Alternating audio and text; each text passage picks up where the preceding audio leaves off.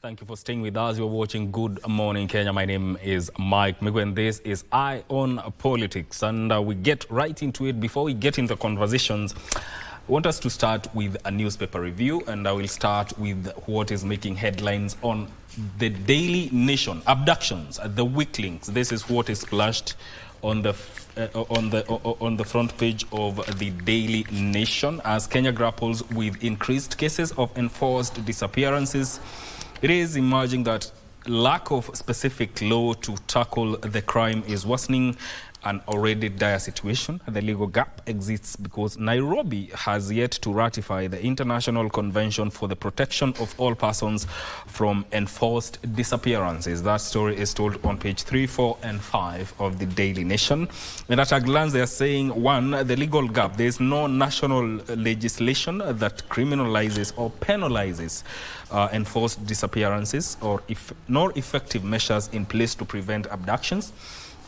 Two, safe haven for rogue police, that is a question. Nairobi Funeral Home accused of helping rogue security agents to get away with cold-blooded murders. And three, voice of reason. Senior clerics say the abductions raise serious questions on the government commitment to protect human rights. And four, independent probe. Activists are now demanding a transparent investigation into all cases of enforced disappearances. That story is told on page 3, 4, and 5 of the Daily Nation. Hospitals start denying teachers and police officers services over unremitted medical premiums. That story is told on page 8 of the Daily Nation. And ODM plots to counter Ruto's Western forays. Raila Odinga's party has planned a major convention in Western Kenya on February 28th aimed at strengthening its grip amid President William Ruto's intensified charm offensive. That story is told on page 7 of the Daily Nation. Let's look at what is making headlines on the front page of the Standard newspaper. It's more or less the same story as the one captured on the Daily Nation. The Standard is saying killer squads are back. This is what is splashed on the front page of the Standard. Rolling back gains. President William Ruto rode to power on the pledge that human rights and justice would be respected. However, 2 years down the line, the killing of abducted protesters shows that a promise was merely words. Extrajudicial killings have returned, and in a puzzling manner. That story is told in detail on page 4 of the Standard newspaper. Payslip politics. In 2027, it'll be all about money, with up to 45% of their earnings taken before they even see their paycheck. Workers are left grumbling. That story is told on page 5 of the Standard newspaper. Let's also quickly look at what is making headlines on the front page of the Star newspaper. Uhuru era COVID mess could cost the state 8 billion shillings. Vaccine supplier is demanding 8.4 billion, including for doses that were never delivered. That story is told on page 4 and 5 of the Star newspaper. Auditor General says a review of documents ended with unsatisfactory answers. That story is told on page 4 and 5 of the Star newspaper. PSC flags 2,100 workers' salaries outside payroll. That story is told on page 6. And Nyanza upbeat as region hosts investment summit. That is what is making headlines in our local dailies. And in studio, I'm joined by Wakili George Kithi, who is an advocate of the High Court. Karibu sana Wakili. Thank you. Good morning. And also Lucy Moria, HSC, who is a political analyst. Thank you for making time. Good morning. And Mark Ndingo, who is a governance and political analyst. Asante sana for making time. Thank you, Mike. Let's start on what the headlines are talking about. And this is about abductions and the weaklings and the killer squads. The Daily Nation is talking about the weak links, where Kenya grapples with increased cases of enhanced disappearances, and it's yet to enact or ratify International Convention for the Protection of All Persons from Enforced Disappearances. Wakili, let me start with you. What do you make of these two headlines, killer squads back and the weak links that have come up in all these matters to do with abduction? Thank you. First, you pardon my voice today. It's a bit low. Yes, because of some weekend engagements. No problem. You know, abduction, forced disappearance, illegal arrests constitute the same thing in terms of terminologies. The law allows arrests because an arrest is subduing a person's person for purposes of presenting the person through due process and a legal process, which is the criminal justice process. But abduction is forced subduing of a person in the person, and then failing to present the person through due process, and without the intention of presenting the person through due process. The reason for that is to subdue the person's voice and the character of the person in terms of his official and personal engagement with the public and personal conduct. Now, ordinarily, it's not supposed to be a pattern, because yes, there could be gangs in society that could abduct people. But when it is repeated, when it is in a certain scale that the society takes cognizance of, it stops being normal crime. It first becomes organized. But then if it's reported and the officials not do anything, the character of abduction then changes. It becomes something official. Official because eventually, and that's the evidence we have, when the abduction became so rampant, the societal decibels complaints went very high. When there was a demonstration or a threat of demonstration of a certain scale of magnitude, they were released by a pronouncement, one, of an officer of government, in fact, a member of cabinet in government, who complained that his own son was abducted. And of course, blamed that on government, the government that he serves.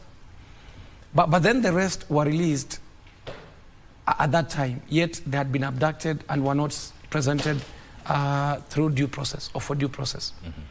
Therefore, an abduction will remain first.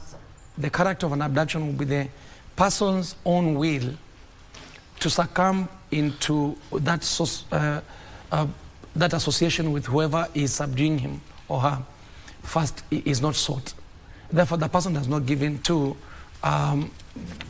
his person being subdued. But number two is the information that the person is in custody of officers or whoever it is also not given.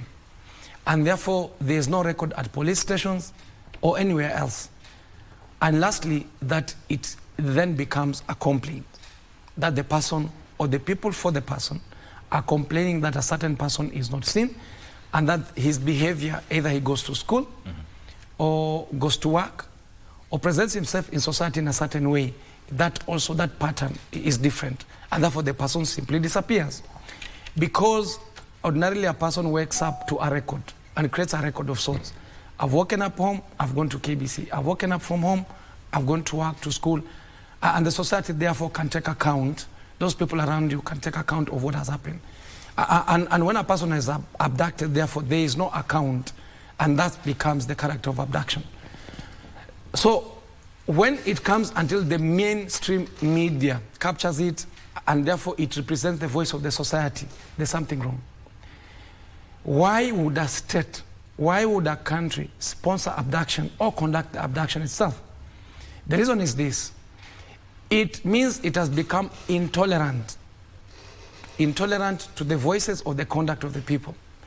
Because it also suffices to think that the conduct of the people, if subjected to due process, then the state or whoever is abducting will not get the results, intended results. For instance, jail a person or subdue the person's voice. That's why the state will sponsor abductions. Abduction, therefore, are illegal, number one. And number two, if state-sponsored, then it means it's a threat to the state, or it's an irritant to the state because of the criticism or character of the people as against the state. And we see also the age group that's being abducted. It's not 94 years old, it's not 80 years old, it's not 60 years old. It is the youth, because they have a platform upon which they express their dissatisfaction to society or to government and the officialdom. Yes. And that becomes an irritant. For them, for the society or whoever officials that are beholden to the abductions, to abduct those young people, the youth, it is to send a message, a deterrent message, that if you do this, we will punish you, not through the official circles, but we have a shorter way of doing it, which is to abduct you, now as they say, to kufinye. Yes. Meaning to torture you. Whichever, abduction itself, of course, is torture.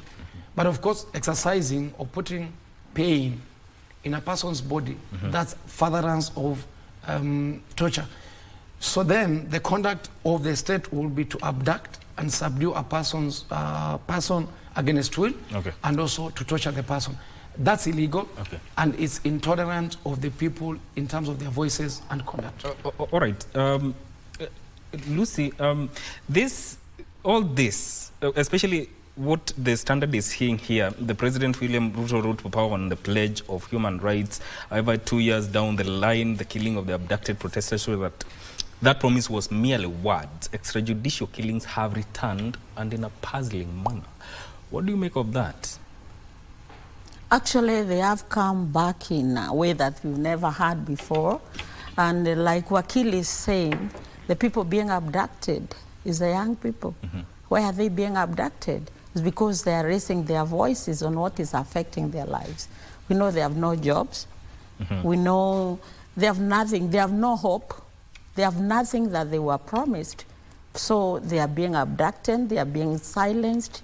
And this is something that must stop.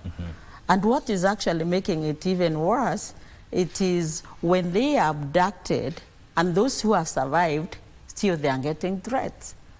They are silenced even more. Don't talk about it. You've seen even those ones who have been released, they are not talking about it. That means there's something. This is something which is planned. And it is more planned, and it is actually been made legal by the fact that you find it's like you go to the mortuary, like the Mlolongo 4. Those guys disappeared sometimes back in November. And it is now clear that they have been in the mortuary tangu December. And they have not been identified. There's nothing that shows they have been there at that time. There are no records. So that means the mortuary and the abductors, they have legalized it. You find that someone like Muturi, the son was abducted. He was telling us all the stories, how he conducted, who is who, contacted who is who, until he talked to the president. How about the regular person who doesn't even know who to check with, except crying? These abductions is not just for the youth. When someone is abducted, the whole family is abducted because they suffer equally. Remember the old man who was crying in court? That he went there hoping to see his son.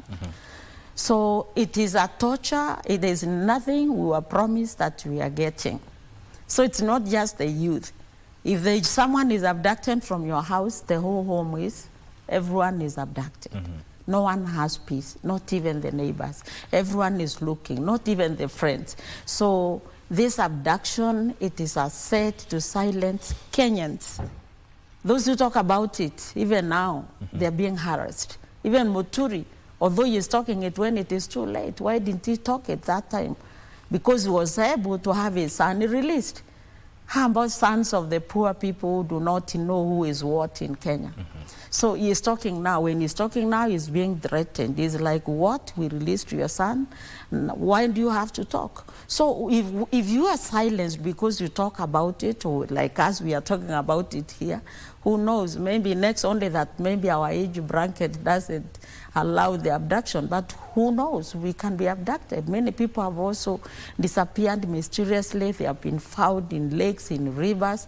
They have been found in places that no one knows. And the police has no record. You find someone like the police, the IG, with the DCI guy. They are called even to court and they refuse to go. They don't know. What's the work of DCI? What can happen here today? I'm sure they know we are here. Then how can an abduction, 4 people abducted in Mololongo, disappear for more than 3 months? And there's nothing, no trace, no one is arrested, and no trace even of their dead bodies. And when they are found in the mortuary, they have not been recorded. And when their families go to those, they are also being harassed. People who have cried, who have been abducted in their minds, in their emotions for all those 3 months, and still they continue suffering, not even to get the bodies of their loved ones to bury them. So this is pure torture. Abduction must stop. Yes. Mark, I want to get your sentiments on this, and also it raises a question: shouldn't people raise their voices when it comes to matters with governance, accountability? Shouldn't they raise their voices for the fear of being harassed or abducted? Thank you, Mike. The issue of abductions has been happening, not recent. It was happening some times back, even with the previous government. But there seems to be an increase in the incidences of abduction.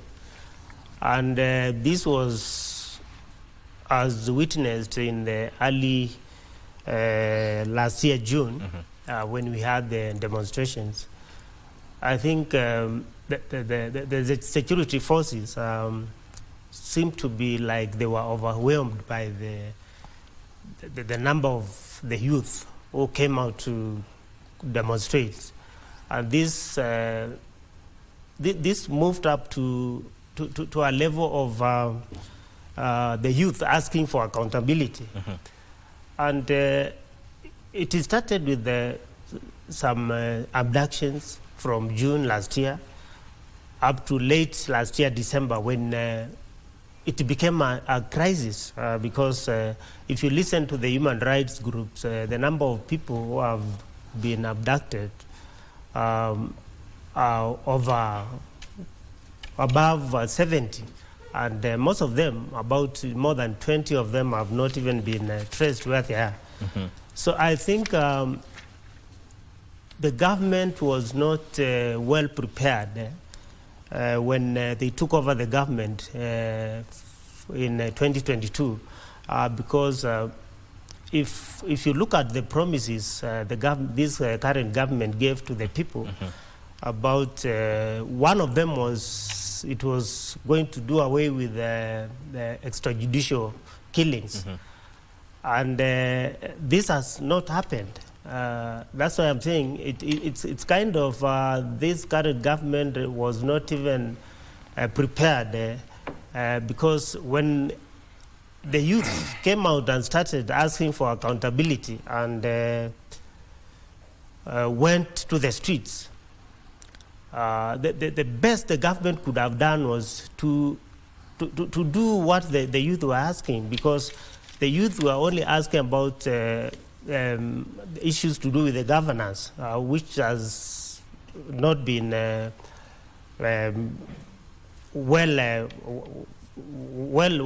which has not been very well with the current government. And I think we need to ask ourselves whether this is the way the country is supposed to be run, because in democracy, in a democratic country, people are allowed to criticize. People are allowed even to even go further and demonstrate. If you look at even the developed countries, whenever they have demonstrations, you would never find a security officer abducting a demonstrator. But in our country, it has become, it's the only way they can, they want to stop these people from criticizing the government. So I think we need to have a better conversation on how we are going to finish this this abduction of people, and it has even gone even further to a situation where even people who are not even because before the people who are being abducted are the people who were criticizing the government through the social media, and this has even changed with the current abduction of the recent Mulolongo 4, or when you look at their even the kind of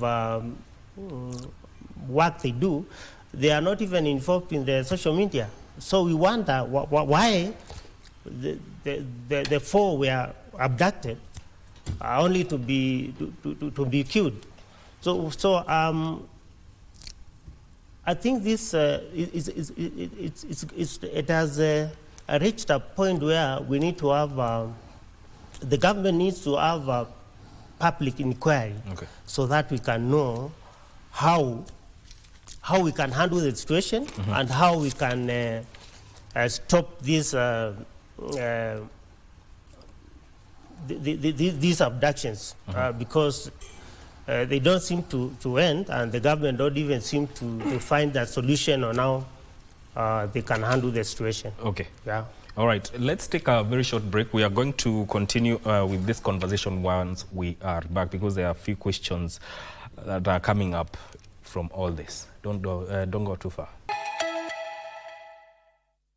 Welcome back to Good Morning Kenya. You're watching Eye on Politics. My name is Mike Migwe, and we're having a conversation regarding the headlines on our local dailies. And there's something that Mark said, and I want to throw this to you, Wakili.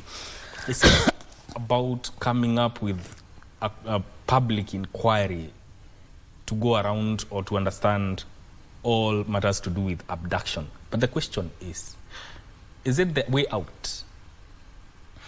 No, it's not. It's not, because this is people in offices versus those that are ruled, the ruler and the ruled. So when you do a public inquiry, conduct a public inquiry, it is meant to be independent. But public means it's going to use public resources. Public resources will have to follow through an infrastructure of a developed infrastructure to constitute the inquiry through official circles. So you're basically asking the person you're complaining against to make the inquiry. Number 2, inquiries here in this country are not made public. But I want to say this.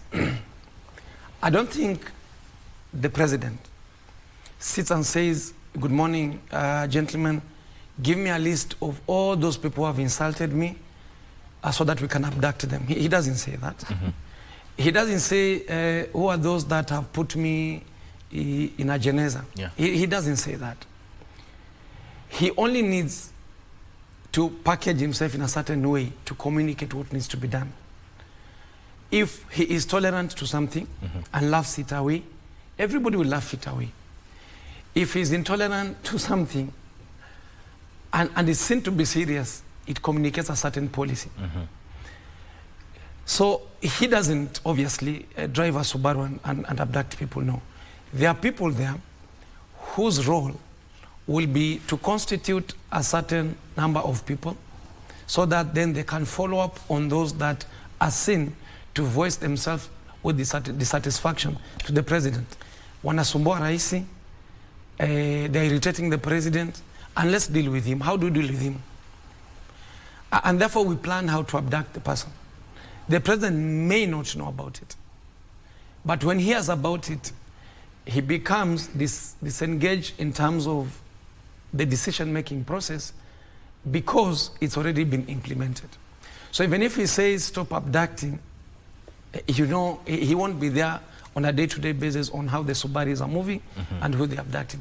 So he himself is disabled until a day when he communicates that this has to stop with measures. For instance, the IG has to go because there's abduction within your ranks. And therefore, when he goes, it is a communication to the others that this has happened to the person at the top, and it may happen to us. The deterrence here is not the speaking. So you can't say stop abduction and that becomes the constitutes deterrence. It is the action you actually take that communicates robustly and in no certain times to whoever is implementing the policy. And what is policy anyway? Policy is expressed. The policy of government is to feed children. But when the president does not put it in writing that children should be fed, but he goes with food and starts feeding the children, then the regional commissioner, the chief, and everybody will start feeding the children because he has expressed it. And therefore, when something happens in society in a certain magnitude as to bring a debate in society, it means the general organization and infrastructure has been put into place. You know, when people get abducted, there's a decision maker and there's an implementer and an executor. It means there are people who start in offices and planned it and sourced the names of the people and decided that we're going to do it. For instance, the abduction of Muturi's son. Obviously, he was identified. People sat in an office and decided we're going to abduct him. But he's a son of the AG. He's a son of a person in offices. Then they say, notwithstanding, we have to pass a message that notwithstanding who your father is, we will still abduct you so that we can send fears into the hearts, pump fears into the hearts of the youth and those that are being irritant to government. So then you stop. So, of course, one of it is to make sure they stop. But they stop. You know, the character of a person is very simple. When there's a blast somewhere, there's a fire, we hear gunshots, what do? We run for cover. Look for something that protects you. Run away. Because that is fear. But when that instability of that environment is sustained, we stop fearing. What we do is we fight back. Because the mind processes a way of protection, not by running away, because there's no other option, but by coming back at you. So the youth, therefore, may be subdued for some time. That's why there was a gap of time and a lull when their voices were subdued. Yes, we saw it. But a day comes when they say enough is enough. And therefore, they in their mass, because they work with numbers, in their mass, they will demonstrate even more and more. And this time round, of course, with a grievance, a proper grievance, that you're killing us. And it doesn't stop there, because they're not just the youth. Youth are part of society and the children of people. That's why the mothers the other day were demonstrating. When you bring, if I'm a father, you go for my son. Then my wife cries it loudly in the streets. What am I supposed to do to protect them? I will also join. And therefore what you're doing is you are reorganizing the society to a certain anger, to a certain anguish, to a certain conflict that is legitimate. You are legitimizing anger against government. So I think it should be a question of blow hot and cold. Instill fear for deterrence, but then to an extent that the fear holds and the deterrence also holds. When you pass the elasticity of that deterrence such that then people do not care anymore, you are simply radicalizing a society against yourself. So the next thing will happen is people won't fear it. Two things are happening right now. People know for every cycle of 5 years, they have an option. The option is to change or to sustain a leadership. But when you make the distance to the 5 years end far too far, people then are going to say, hang on, it is too far for us to wait. And therefore the rule of law is tested. So the most important thing here, I think, in governance is first start with tolerance of the people and not the other way. It is not the citizens to tolerate you as a leader. It is you to tolerate the citizens whatsoever, because when they were electing you, one, you knew you're getting to that office, and two, you're going to work for them, and three, you're going to protect them. Protection is from government to the people and not the other way. Tolerance must be from government and not from the people. We have no business tolerating a government. Okay. It is the government to tolerate us. All right. There's a conversation that is has taken center stage across the country for the longest time, and we'll continue to keep an eye on it. But now I want us to graduate this conversation to another matter of national interest. It concerns IEBC. Now that today the Supreme Court is expected to give an advisory on whether we shall have new constituencies or by 2027 or not. Actually, IEBC is seeking to know whether the process of boundary delimitation and other electoral processes can be carried out in the absence of commissioners. It's also seeking to know if the constitutional timelines that are envisaged under Article 89.2 and 89.3 as read with this Section 26 of the County Government Acts can be extended, and if so, by whom and under what circumstances. Of course, we are 1 year behind the delimitation limit that was set by roughly March 2024. That was last year. Are we likely to go to elections in next year with the current boundaries? And let me start with you, Lucy. With all this that is going on with IEBC, and now that we are behind schedule when it comes to delimitation of boundaries, we are also behind schedule on some by-elections in some constituencies and wards. Does that bother you? Thanks, Mike. Yes, it does bother me. Actually, it's just the other day I was talking to somebody. We were wondering what has been happening to the CDF of those counties, I mean those constituencies that the MPs never participated. Where has it been? How was it delivered to the people of, is it Aldera, and where Murkomen was, and where the minister from Oranga, Alice Wahome was? From day one, those constituencies have not been having MPs, and we know the work of an MP. And so those are some of the failures of us not having the IEBC. And for me, with my little mind, that was supposed to be intentional. It has been intentional. It is something to delay things. It is something to delay even the youth to register to vote. It is a form of confusion to Kenyans so that they can talk about things that are not necessary. Even right now, I am very disappointed that there are people talking about extension, having more constituencies when we are already so much suffering. I thought someone who is wise in Kenya, from our leaders in Kenya, would even be proposing we condense some of these constituencies. But then again, this is in accordance with the Constitution. Every 8 to 12 years, they're supposed to have a delimitation of boundaries. It is okay, and that does not necessarily mean that it is extension or making them more. They can even make them smaller. So either way. So my expectation, according to the situation where we are as a country right now, the things I would be expecting it is having them even made smaller. It's even having less counties. We should be having even regions. You know, our president always tells us that we should put our belts tight. So how we are already having a bread-based government. Everyone is on board, everyone is getting salary, everyone is getting that. Now we increase more MPs from 500. We continue having more in our situation. Maybe some other counties will even have, say they want 2 counties.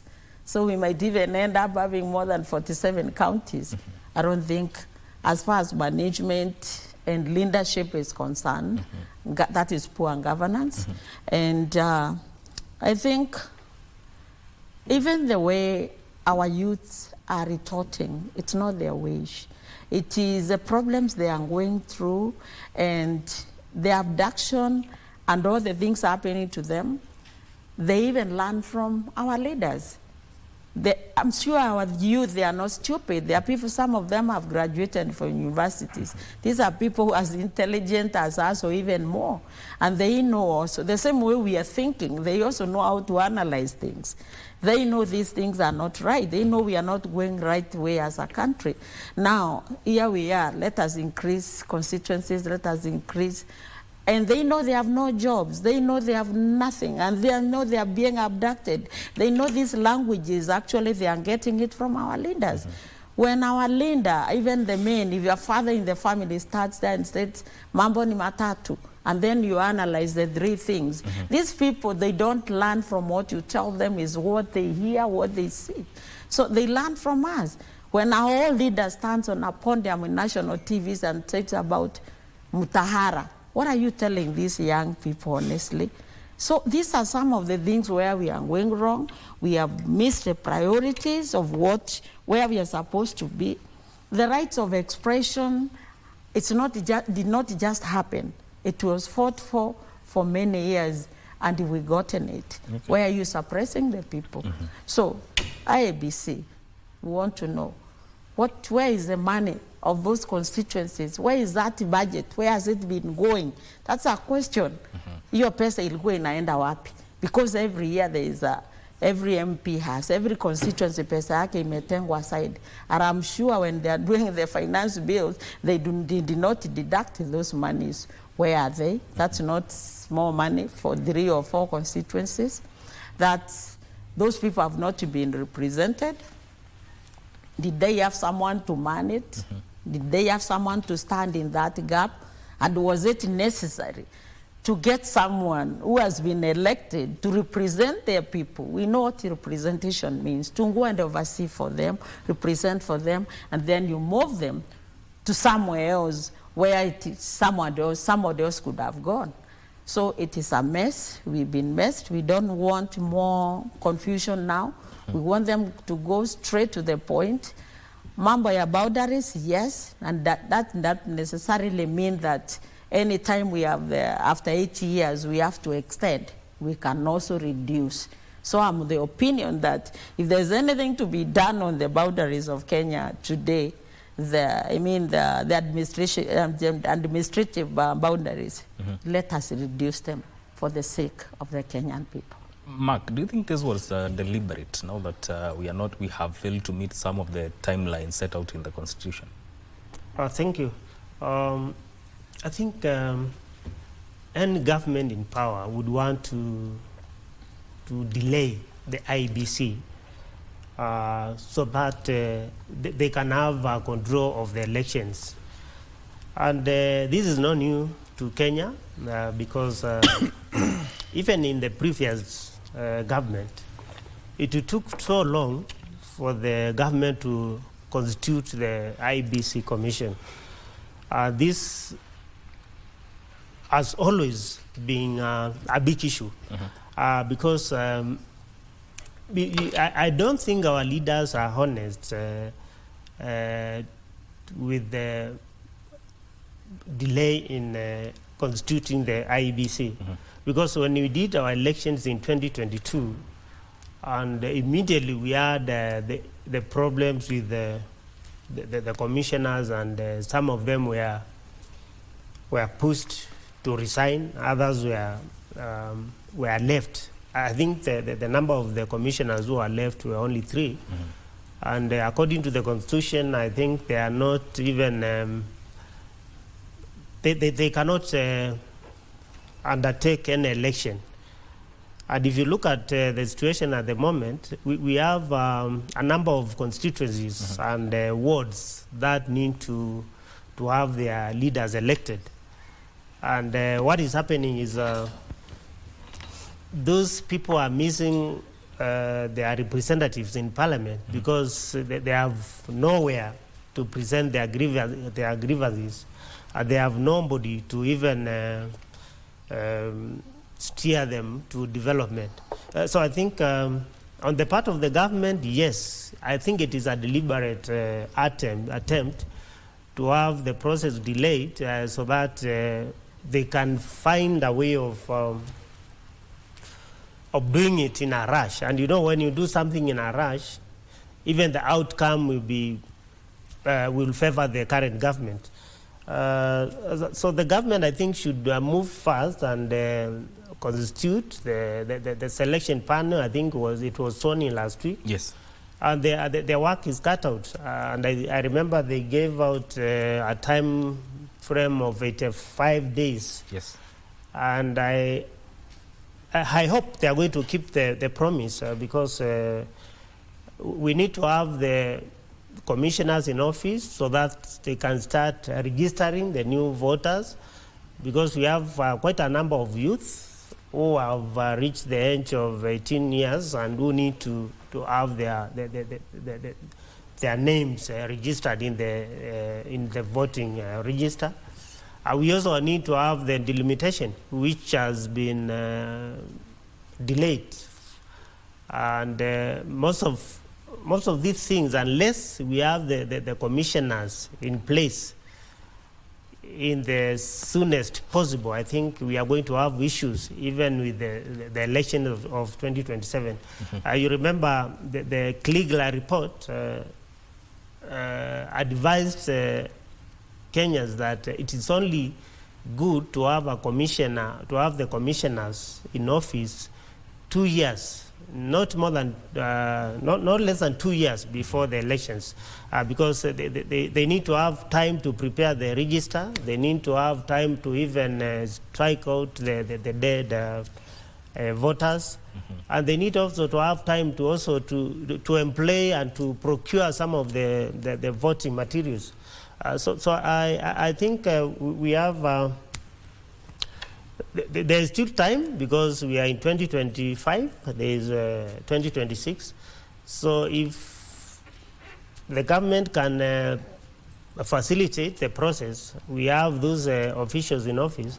I think they can even finish up with the delimitation. They can finish up with the by-elections of the constituencies and the wards which have had some, which are lacking some the leaders in those areas. And I think it will be even better for the country because, you know, if the process is not fair, even the results will not be fair. And we don't want to have a situation whereby we are going to have results which are going to be rejected by Kenyans, because that can put our country into chaos. All right. Yeah. All right. Wakili, there's the issue of timelines, but there's also the things that are supposed to happen. Delimitation of boundaries, which is way behind schedule. Voter registration, institutional reforms. Given the timelines that we have, what will be achieved and what will not be achieved? We won't achieve much, I can assure you. You know, IBC, the dominant, interaction with us for IBC is elections. Of course, referendum, then delimitation. Yes. Those are the dominant things that we see. But you know, IBC is not an independent, it's an independent body, but doesn't work alone. It relies on other institutions to support it. What I know, and the law is present such that it succeeds each other. You know, the process of delimitation is a presupposition that there's demographic account, meaning there has been census. Census, yes. Without census, you have no account of the population. You must take account of the population for you to say, Meru is so highly populated, so we need to divide it in a certain way. Taita, there has been migration from Taita probably to Makueni. And therefore, Taita, the people are fewer, so delineation could be reducing the sub-counties or even the wards, and so on and so forth. So the movement of people in patterns could be disaster, it could be rural-urban migration, it could be urban-rural migration, it could be because, the weather patterns change, so certain areas that were productive are no longer productive. There's a question of urbanization because towns are coming up. If you look at Nairobi, the development of like an ICT city at Konza may move people there, and that's the democratic change.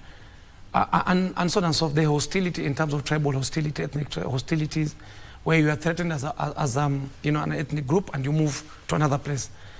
modernization of places such as, say, Kibera, and therefore it ceases to be a slum, putting in many people, and people move from Kibera to the next town or next city or whatever it is. And today, if you made, for instance, Nakuru the capital city, people will still move there. And there are reasons why people move from one place to another, but also people give birth and more, and society grows. When that happens, you can't do delineation or delimitation without knowing the specifics. And it can't be whether, it is about the people, because you are government giving account and service to the people. So there's a likelihood that going into 2027, we might use... Where is the census? Where is the record? The because 2009 one. You see, what we do, you start from census. So that we know we can account for the Somalis. It's really an ethnic accounting process. So Somalis are these many, Isli or whatever it is, or South Sea, Luos, Mijikendas, whatever it is. Then you account for allocation of resources, the question of equalization of fund, and many other things. You can't tell me today that 10 years ago what happened to the number of Kikuyus, and now the number now, the Luyas and so on and so forth. And therefore to say you're going to do basically redividing the country into those fiefdoms of administration. You can't do that now, because what are you doing it on what basis? It is about the actual demographics, taking account of those demographics, so that as much as possible there's equity and fairness. So that if people are many, Nairobi is not a very big area, but you can see the very small areas because people are many. Other places, the vast land, but it's because the people there occupy that land, and they're sparsely populated on how they have settled. Others even migrate from Kenya to Tanzania to pasture and back, and so on and so forth. You need to take account of those people too. By the time you finish the census process, of course, the budgetary issue, which we know now, it is not even there. Then the second issue is, then you come to IBC and give them that report for them to implement. Where do they make the decision on? So there's nothing called delimitation right now, because there's no basis for it at all. So even as we discuss this, we discuss it purely, we theorize it, because, there's no basis for delimitation. We should, because that was in them, so that we're going to as prescribed what we can do it in 3 days, and we are done. I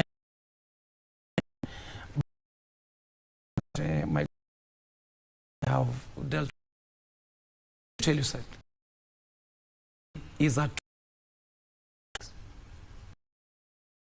to your advantage if you can. So if your cousin, you are vying for MCA and your cousin is the one who is there, or your friend or your wife or whatever it is, or your husband, then you have an advantage of access. IBC is like a court. It makes decisions. Whoever says this is the president, that one becomes the president. Kesi, Badai. Whoever says this is a member of parliament, says it. So you need your tribesman, you need your person or whatever to be there. So as IBC is being constituted now, the governors, a person who is friendly, or can be converted to be friendly. So you can manage that person, so that you don't lose the advantages of what IBC can provide. Sometimes it's just the records there, the data that you should be given.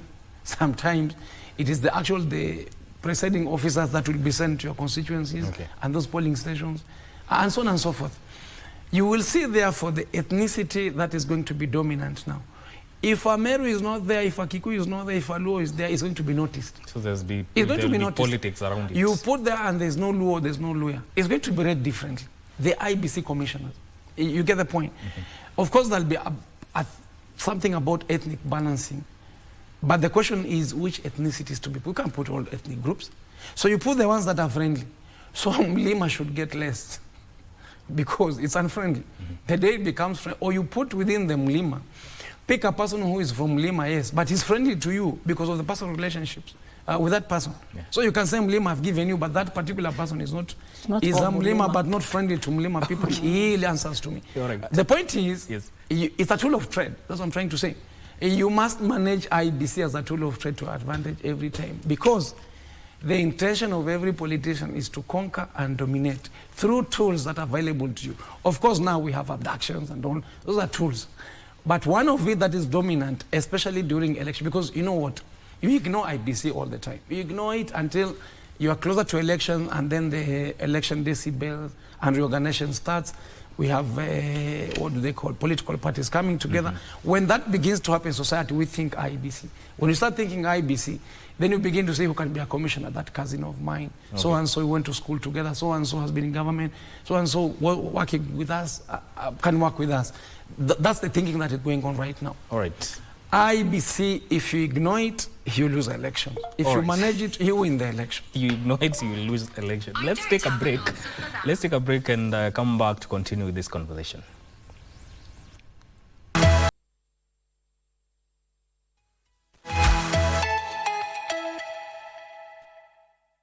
Thank you for staying with us. You're watching Good Morning Kenya. This is Eye on Politics with me, Mike Migwe, and we are talking matters to do with IEBC. And Lucy, with all this, now that the commissioners, the process is underway, do you see it bringing about politics about who is selected to the commissioner's post, the chairman? Do you see it bringing politics, and given the timelines that we have? Definitely, Mike. Our country is a country of politicking from day 1 January to December 31st. From the day we got and did the election, the following day we get started with politics. In the first place, what has delayed even this, appointing of commissions is because of politics, because everyone wants who is who close to them. If a smaller party gets a commissioner through something, the big parties will say, no, it's our party. And it's not supposed to be like that. If you pick someone who is not known to Kalonzo, who is not going to President Ruto, who is not known to Raila, they are not going to accept. So it will be wastage of time, and it has been like that. Being a tool of trade, like the learned friend has said, that is what it is.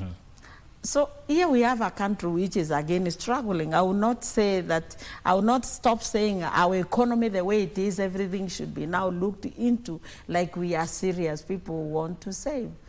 If there's any reform which was to be made in that IBC, I would think it is about registration, the process of registration. I have always been wondering, why would we have a process of registration? You attain the age of 18, you are eligible to vote according to the law. If that is the thing, and that is the time you get your ID, why don't you get registered when you're acquiring your ID, you become an automatic voter because you are a Kenyan and you are known? This is a way of stealing. This is a way of corruption, of keeping things that we are going to open a gap of 1 month for you to register. Why?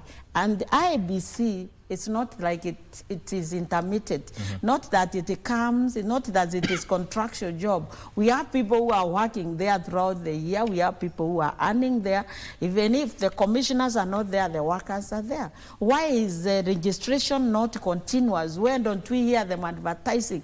People come and register, young people, as soon as you hit 18, register. And why do we have to go register?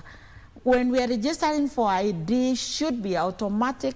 That is the time we should be having IBC guy there also to issue a card. When do we have to do repetition, duplication of things we should have done before? So this thing is politics.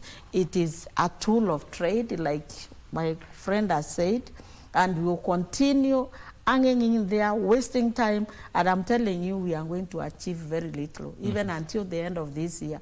We are already in February. This year will go, then next year is a year of campaign. Where will we be? And then we start saying acquiring what, and getting campaign materials, getting registration, getting what, until these people get the persons who they want to be there, the person who can do what they want to do. He said, no IBC, you fail? Yes. So it is politics. It has been there. and it will continue. And it is actually around the world, only that it is in ours is in smaller magnitude. People always interfere. But ours, it is really interfered in a very, very bad way. So IEBC, we are not going to achieve much, not from what we know. And it has been intentionally delayed. Okay. Yeah. That is your views. Now, Mark, how do you see, how should we go about it? Should we just wait for the commissioners to be put in office and not read politics around it? Thank you. You know, politics is a way of life, and even in our families, you'll find politics. Husband and wife, they will never agree with everything. So there is no way, and I don't think we can say there is not going to be politics in the process. But I think what can be done is for the leaders, the government and the opposition, to allow the process to move smoothly without any interference. And if we can have a smooth process, I think even the time they have given of 85 days to finish the process, it can be achieved. The only challenge I know is Kenyans being Kenyans, they have a way of not trusting everything. And I'm sure even before the commissioners sit to plan on the coming elections, you'll find somebody running to the courts and challenging the process. And you know, you cannot stop people from challenging the process. So I find some challenges ahead, but our prayer and our request to the government, because the government is the one in power and is the one which can even fast track the process, to allow the selection panel to choose eligible personnel who can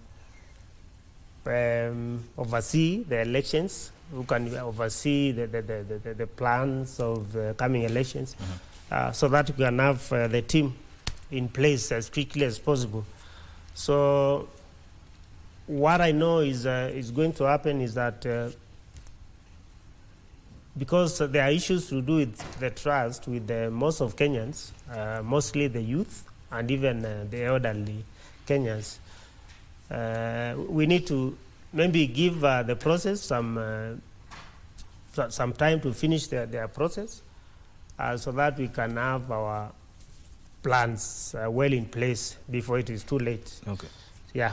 All right. Now, we wait to see the direction that the Supreme Court will take, given they are supposed to give an advisory, whether they will resolve the timelines impasse or whether or not they will defer the delimitation process. Let's graduate this conversation to matters regarding SHIF, and MPs did express discontent over the 2.75% deductions on the salaries. They are saying that the deductions are a bit high given the poor service delivery and concurrent or system failures. But also, during the weekend, the Deputy President said that matter will be relooked, especially when it comes to means testing tools for Taifa Care. And but there was no indication or in plan that the plans to review the contribution by salaried Kenyans who continue to be deducted 2.75% of their salary. Let me start with you, Akili. Do you see this being reviewed downwards, the 2.75%? Yes. There's something I wanted to say, and you'll excuse me for that. Okay. About IBC, then I come to this. Quickly. I think the summary here would be this. Why we say IBC is a tool of trade is because there's something called voter suppression.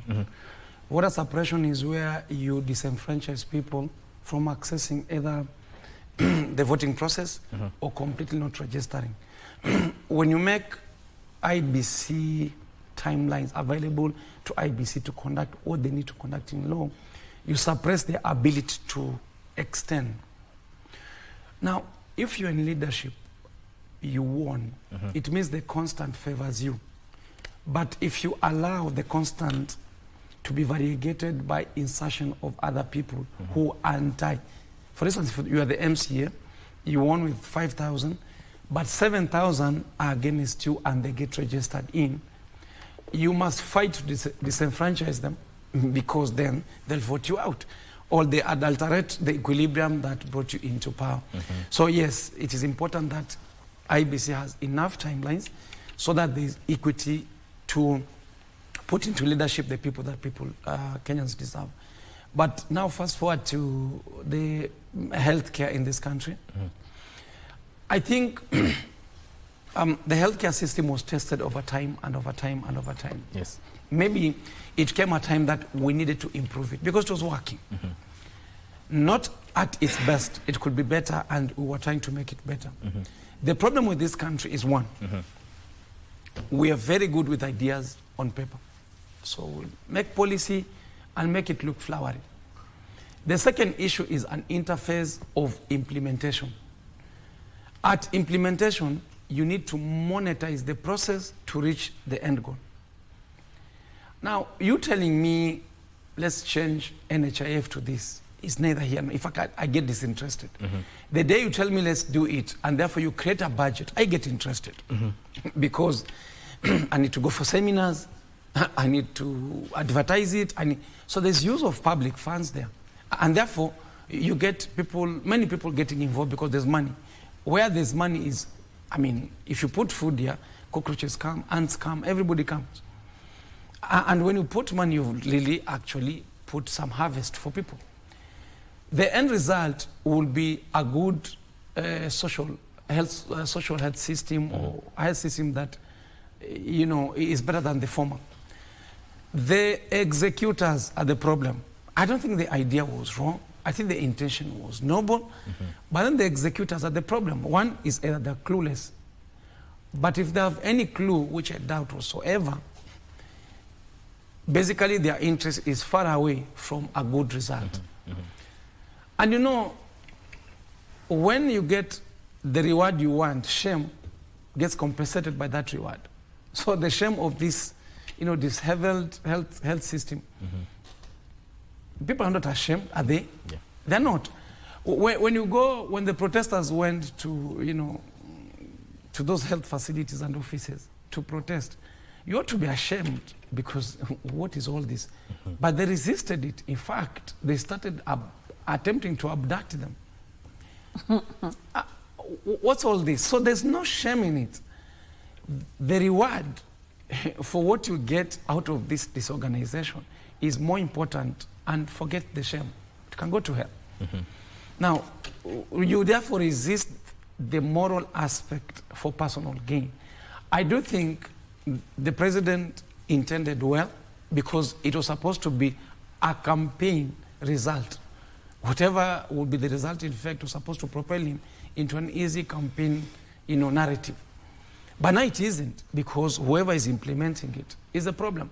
Now the buck stops with him because he chose the people to implement for him, some of them very clueless in terms of their medical background, the system background, the engineer background.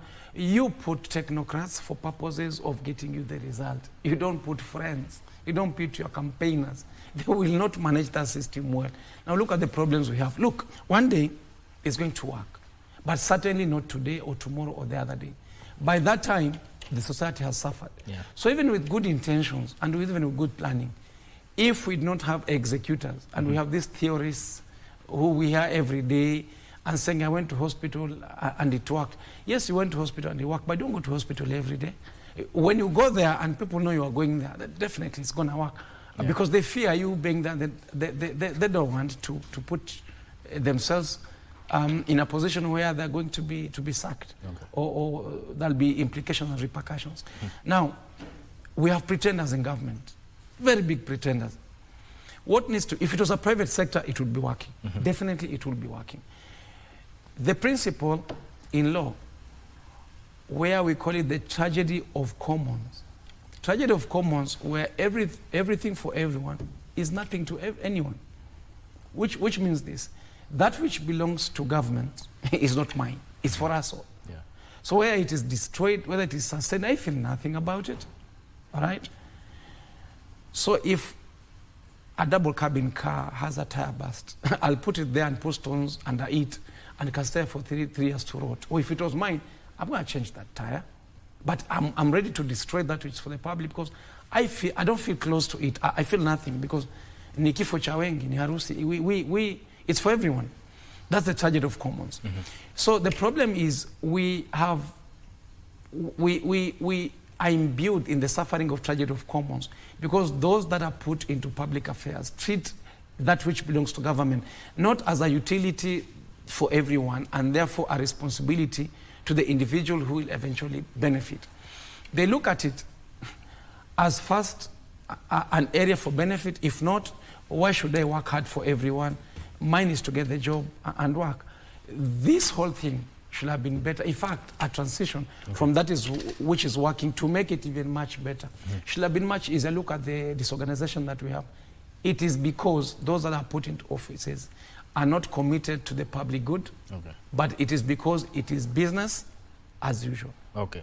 Now, you know, some MPs have also said that the law on deductions was passed without fully understanding it. Now you wonder, what was the rush? And was it a must that it be implemented at that time when it was implemented, Lucy? That brings us to another point, the kind of MPs that we elect.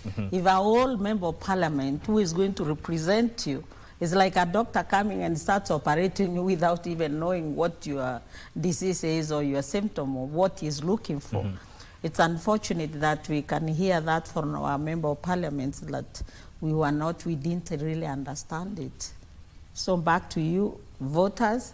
If your member of parliament go to parliament and they do not understand motions before they pass or anything before they do it, it's very unfortunate. Look for people who understand. Also, we have a problem as a society. I don't think they don't understand. Most of them don't, but there are those who understand. If they understand, why did they understand the language of kicking Gachagua? That one was very fast. That one happened very fast in both houses of law. It really did happen. So the question of enjoying Kenyans that they did not understand, this is messing up with our brains. The wanachezea wa Kenya. So walielewa. But you remember, even them, it's not them who vote. They vote as a result of kicks. Can you imagine a member of parliament being bribed with 100,000, 50,000, 10,000 to vote against something that you know this is actually not right for the people? So when they did that, it was again intentional for our people to suffer and for those people to eat kickbacks. Was it a must that it be passed at that time? It wasn't. It needed a lot of participation even with the people, for people to understand. Even the people who are working in the ministry, they do not understand. There's nothing, no one was meant to understand. But the problem again is those people who passed it when it was not ready, when people are not consulted. It's again the question of governance, bad governance. People, you see even now the way money is being dished everywhere. This is people's money being dished. Riona Kindiki, what he has been doing. My own county is Isiolo. We have a problem now. People are fighting one another as a result of being invited to the deputy residents just to get handouts. They go there without an agenda. Someone told me when they go there, he had to excuse himself anaambiwa and then muandike agenda. How do you come all the way from Isiolo, coming, peoples in buses, thousands of you, coming to sit down to wait for 5,000 there, and then money, Kenyan people's money is given to you. For what reason? What agenda? What do you have for the people of Isiolo and any other Isiolo? So this dishing of money is the result of, that's why we are having people saying we did not understand it, but we passed it anyway. It's bribing. You are saying it is okay. You see? Mark, from your standpoint, which is the best option? Is it doing away with SHIF or with looking at the inefficacies that is displaying, or reverting back to NHIF? Maybe before I go to the options available, I think I need to say something concerning the SHA. We are being embarrassed by the MPs, for one, because not long when the SHA was lodged, all of them were supporting the SHA, the thing, and all of a sudden we've heard them starting to talk about SHA having issues. So we wonder, at what point did SHA become a thing with issues? It's true, SHA has some operational failures. The idea could have been good, but I think the undoing of our things, I think, is much to do with the way we rush things, as you have put it. We tend to have an idea, and we don't want to follow the right channels so that we can reach to the right position of implementing it. Because SHA was not even put to the right and to full public participation. They could have given the public enough time to give their views about it. But what happened? They rushed the thing. They went to some few people who approved something they didn't know. Something else I think they should have done is they should have even, if the idea was good, they should have done it in phases.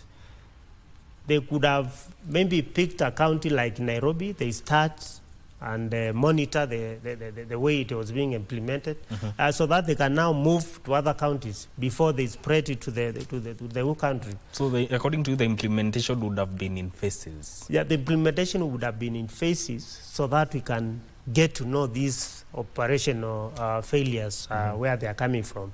Then it could have gone to other counties in phases. And I'm sure the idea could have been good, but you know, if you miss you miss some of the processes, you don't put it to the public to get their views, you'll end up getting something which is going to be rejected, something which is going to have issues. So I think the implementation was rushed, and they need to think either to go back to the NHIF system as they find a way of improving the system, because we have a big issue with the system, the way the system is operating. Because even the registration itself, once you want to register with the SHA, it takes a lot of time. And that time maybe you have an emergency of somebody you want to pay for hospital bills. So I think what they can do now, since they have the system implemented, they should look at some of those failures, then they can improve on that. They give it some time to monitor. Eventually, I'm sure it's going to give us something which is going to be workable to everybody. Lucy. Let me say something before I forget. Actually, I wanted to equate the SHA with the police uniform, which was changed some years back. What was wrong with the color of the police? Just the color. That makes you change. Yes. What did it add to the value of our police people? Is it more discipline, or is it knowing how to harass the youth more? I don't know. So I don't think SHA was necessary, because if there's something else wrong, if you have a house which is leaking, you have the option of repairing that house. So if there was anything wrong with NHIF, we would have worked with what we have. Because when you introduce something new, you come and burn the whole house because it was leaking. Gharama ni mingi. So if there was anything wrong with NHIF, First of all, we did not need to change even the name because it is providing the same services. What we would have done as a country, that's why we have the ministers, they can adjust, they can amend the policies, not just dissolving everything. Because when you start something afresh, it involves training people. That is again spending people's money. It brings confusion. That's why you find that the people I was talking about the other time, like the people who go through dialysis, honestly, I have patients that I know from my constituency, from my county, and they do dialysis twice a week. You can imagine the cost of doing dialysis a week, it is 9,500. So this person has been used to going to the general hospital with the NHIF card, is a retired old person, and you go there now, you can't get it because the systems are not working. Why did we have to change? Even when you're feeding a young kid, you don't start them by forcing them ugali. You win them slowly until they get used to it. So this SHA is a scam. It should stop. Let us go back to where we were. If there is anything wrong with NHIF, let us amend anything. Okay, 30 seconds, Wakili. Closing remarks. Two things. For sure, I think the justification was it was a political promise and it had to be delivered somehow. But I do think that the implementation is the problem. The intention have been noble. But a judge once told me, you know, when you're a farmer, you've planted maize or corn. Some mice come from the forest to come and eat your corn and get it from the soil. You don't burn a whole forest to kill one mouse. What you do is you look for it, you look for traps and trap it. So the overhaul may have been a political, intention. But the fact remains that you cannot burn a whole forest to kill the mouse. All right. Yeah, that's the case. So we are winding up? Yes. So for me, what I'm going to say, I am going to comment on the abductions.